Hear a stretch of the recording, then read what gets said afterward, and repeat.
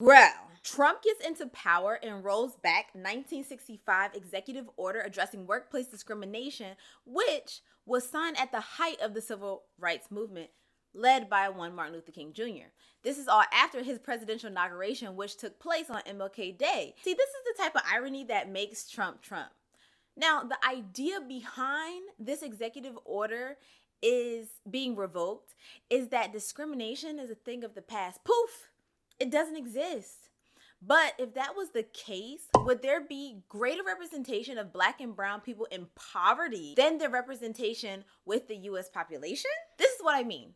When there are more chicken wings in restaurants and fast food places than there are chickens, there's something afoot. Every time a chicken's foot hit the ground, somebody wanna put that bitch in grease. And that, my friends, is what poverty looks like in Black America. Is a chaplain of culture, Yale MDiv and Black Church Studies scholar. Here we mix faith, culture, experience, and we make that hoe dance. I use imagery for dramatic effect, but y'all get the point. When there is a highly concentrated amount of people in one area than there are within a general population, we have to take a deeper dive into what is going on. Black people are 13.5% of the population, yet 21.8% of the poverty. Hispanic people are 19.7% of the population, yet 29.6% of all poverty. And Native people are 1.2% of the population, yet 2.3% of poverty. When we have an overrepresentation of one kind of people in poverty to how many are in the general population, we should side eye. To give another example, when they found all that baby oil at Diddy house, it's like, how do you have more baby oil in your house than big box stores have in the inventory? Or more baby oil than what's in circulation in general population right now? It's giving intentional. Now, if statistics like these didn't exist, then sure, who needs protection against discrimination that's not happening when nobody is being discriminated against? But you literally can't throw a rock without hitting an economist who has a new stat about economic gaps and how it corresponds with race, with age, with education, with environment and life circumstances.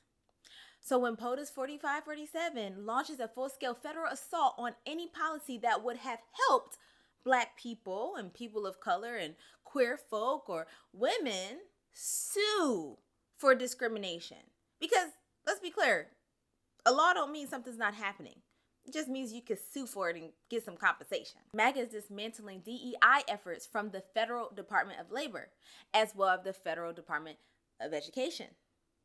Our neighbors, our fellow Americans, are supporting the initiatives that impact income distribution negatively. A distribution that is already disproportional.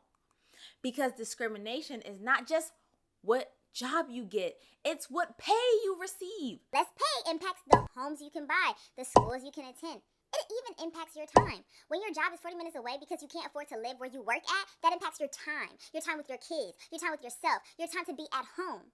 When you only have time to work, eat, sleep, it impacts our mental health because that's just not life. But I really dislike content that only gives problems and then stresses the fight and the struggle. It makes everything seem like, we're just cooked. I like to invoke one of Vanderbilt's Christian ethics professors, Victor Anderson's idea on creative exchange. Stay with me here. Creative exchange is both an idea as well as a concrete creative event.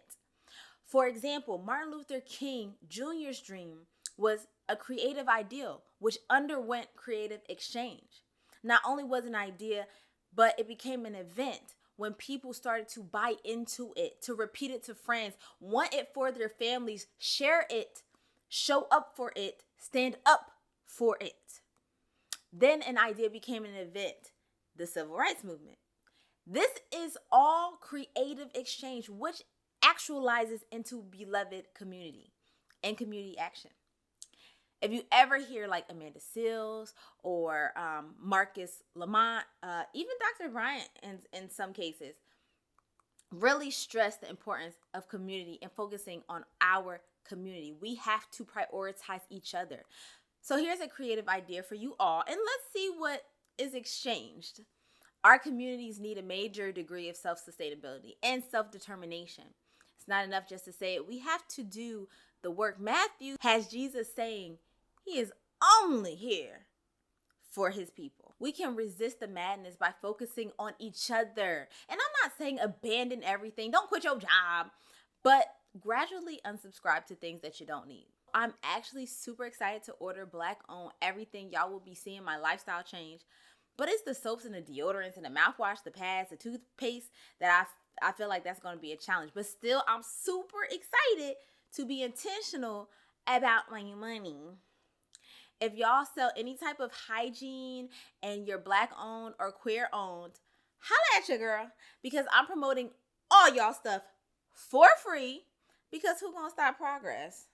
I actually want to thank all the Americans for showing us who you are, because for me, in my personal life, being intimately connected to Black and brown people with a myriad of educational attainment, I will say that the hardest part was getting them to believe it was still happening.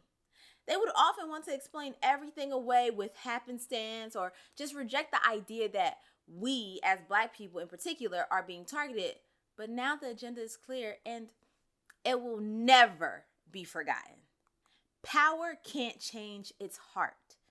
And now we know for sure. And rejoice today, because we're going to recover it all.